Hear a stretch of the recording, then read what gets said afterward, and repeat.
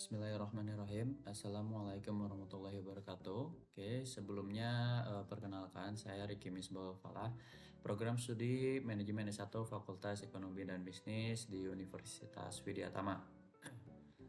Oke, di sini saya akan menjelaskan terkait bagaimana penggunaan sistem akuntansi Accurate Online secara singkat. Oke, di sini kita mulai dulu dari definisi terkait Accurate Online ya. Nah, Accurate Online dia ada aplikasi berbasis cloud untuk UKM yang dikembangkan oleh CPS Soft sejak 2016, dari mulai bidang usaha dagang, jasa kontraktor hingga pabrikasi. Ini kita bisa pakai software Accurate Online ini sebagai sistem keuangannya. Oke, kita mulai saja langsung bagaimana penjelasan terkait penjualan dan pembeliannya.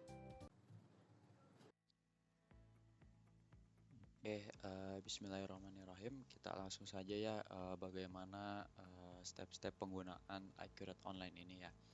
Oke, di sini saya coba melakukan bisnis proses yang secara umum di rata-rata digunakan di berbagai perusahaan ya. Dari mulai nanti dari pembelian, terus nanti sampai dengan penjualannya itu nanti seperti apa kurang lebih di Accurate Online-nya ya.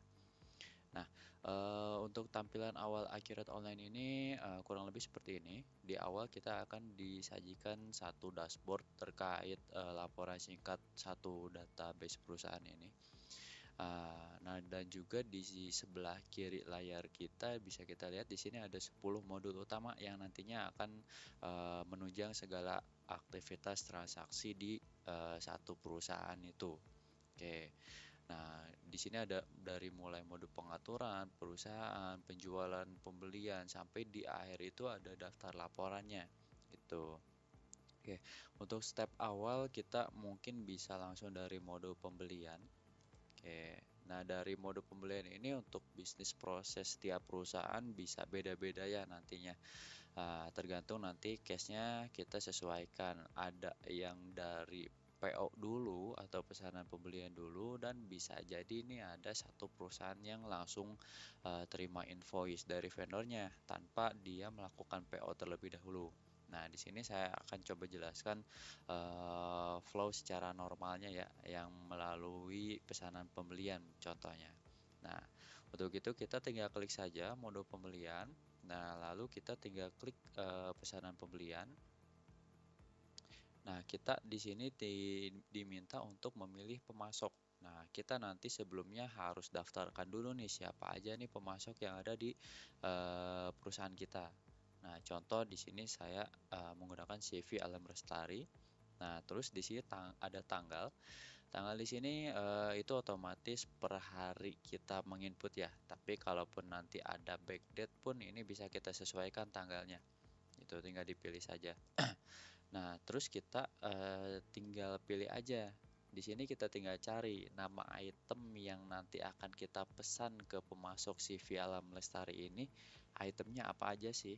Nah, contoh di sini saya klik iPhone anti-gores iPhone 5 misalkan. Di sini saya mau PO sebanyak 10 piece dengan harga 47.500.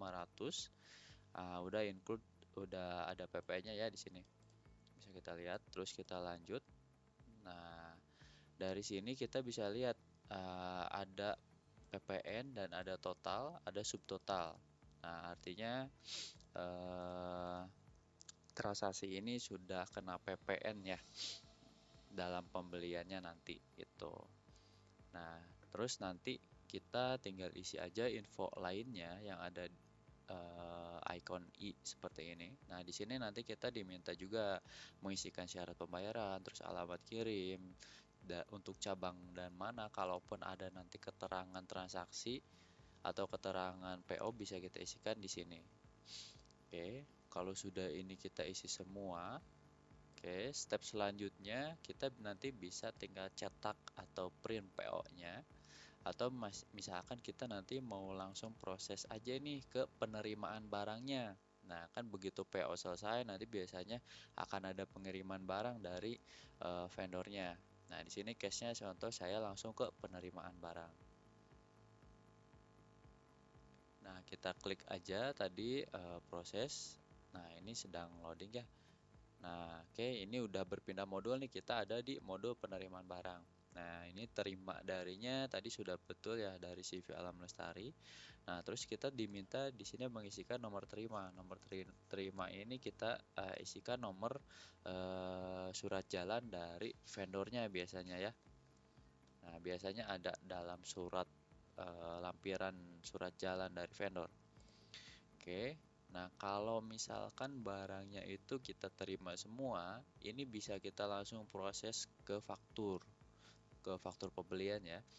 Nah, kalaupun nanti misalkan dari item ini ada terima parsial atau misalkan dari vendornya hanya dikirim sebagian atau dikirimnya hanya ada 9 barangnya atau 8 gitu ya. Ini kita tinggal ubah aja kuantitasnya sesuai yang diterima di gudang kita itu berapa. Nah, setelah penerimaan barang, nah di sini saya coba langsung masuk ke faktur pembeliannya. Itu. Nah, dari faktur pembelian ini pun semua atribut, semua keterangan yang kita isikan di pesanan pembelian di awal tadi itu sudah apa? Sudah ikut otomatis ya. Ikut juga otomatis di sini ada keterangannya pun nanti ikut gitu, tanggal faktur pajak. Nanti kita juga diminta mengisikan nomor faktur pajak. Nah, nomor faktur pajak ini yang kita dapat dari suppliernya tentunya. Nah, di sini saya contoh saja. Nomor invoice, nomor faktur ini kita isikan nomor invoice yang kita terima dari vendor gitu. Nah, kalau sudah kita isikan semua atributnya, nah ini kita bisa langsung proses save atau misalkan nanti kita langsung proses juga ke pembayaran untuk dilakukan pelunasan ke suppliernya atas utang dagang perusahaan kita. Nah, kita di sini coba langsung proses ya ke pembayaran. Nah, dari modul pembayaran ini kita tinggal diminta menentukan metode bayarnya, kita akan pakai kas kecil kah atau bank kah gitu. Jadi kita diminta milih untuk pengeluaran uangnya itu dari kas mana gitu atau dari bank mana.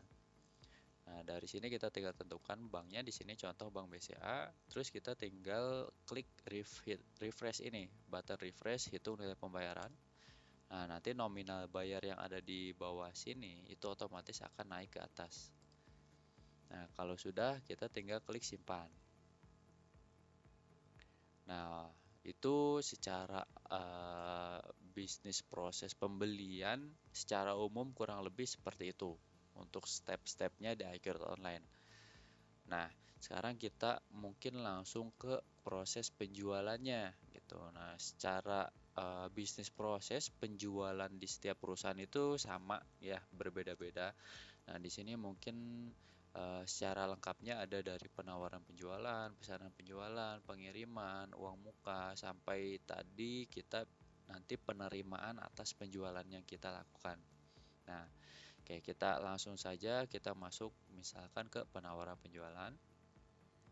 Nah, ini dipesan oleh siapa? Dipesan oleh customer kita tentunya ya. Nanti kita isikan nama customer kita di sini. Contoh di sini untuk Abadi Phone Center customernya. Nah, barang yang kita jual ini apa aja nih yang kita tawarkan gitu ya, karena ini masih penawaran atas penjualan yang nantinya akan kita lakukan. Nah, contoh di sini saya mau kasih quotation atau penawaran untuk antivirus iPhone 5 yang tadi saya buat pembeliannya. Nah, di sini pun nanti kita bisa lihat ada kuantitas yang bisa dijualnya.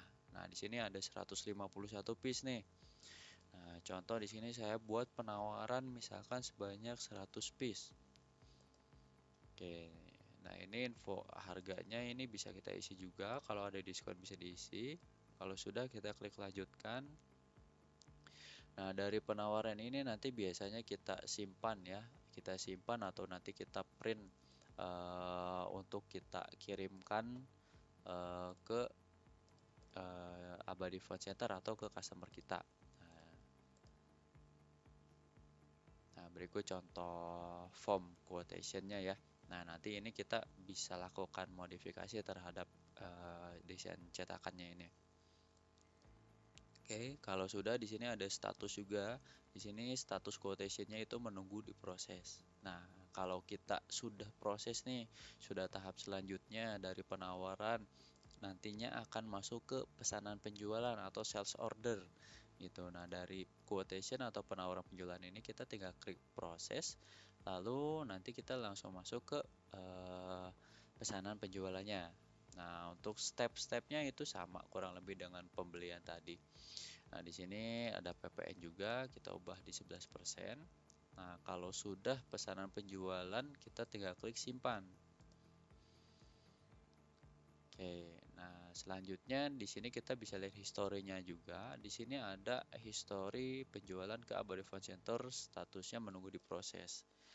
Nah, kalau ini sudah PO-nya sudah oke, kita tinggal proses lagi, melakukan bisa langsung kita lakukan pengirimannya atau surat jalannya, atau misalkan di sini case-nya saya jumper nih, udah SO ini kita langsung aja nih lampirkan uang mukanya, kita lampirkan invoice-nya dengan surat jalannya langsung. Nah, kalau begitu kita bisa langsung masuk ke faktur aja.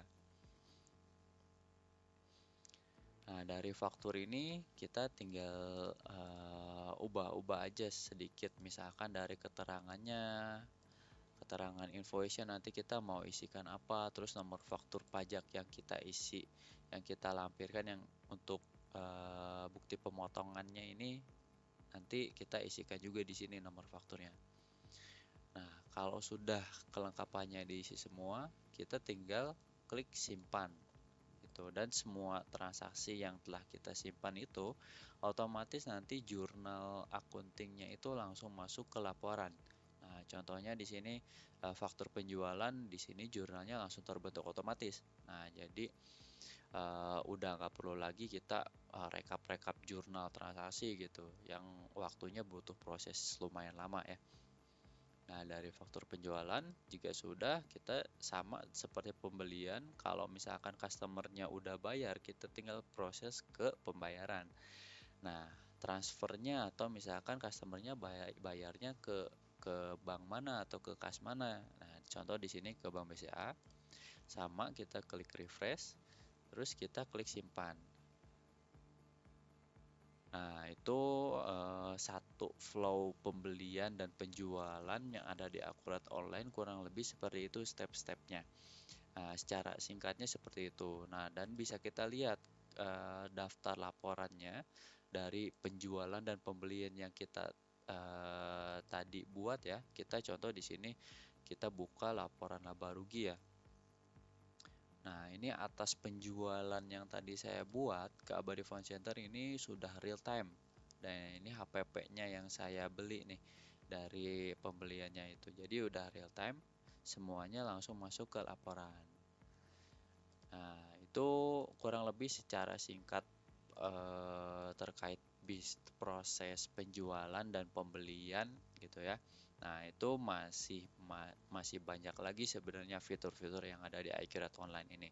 Nah, cuman di step saya kali ini di sini saya membahas kurang lebih terkait bisnis proses penjualan dan pembelian yang ada di perusahaan dagang gitu ya. Oke, teman-teman, mungkin itu saja yang bisa saya sampaikan terkait bagaimana penggunaan iQurat Online ya, terutama dalam modul atau bisnis proses penjualan dan pembelian ya. Mohon maaf apabila ada kesalahan kata, kesalahan ucap, dan ada kesalahan teknis lainnya. Oke, itu saja. Wassalamualaikum warahmatullahi wabarakatuh.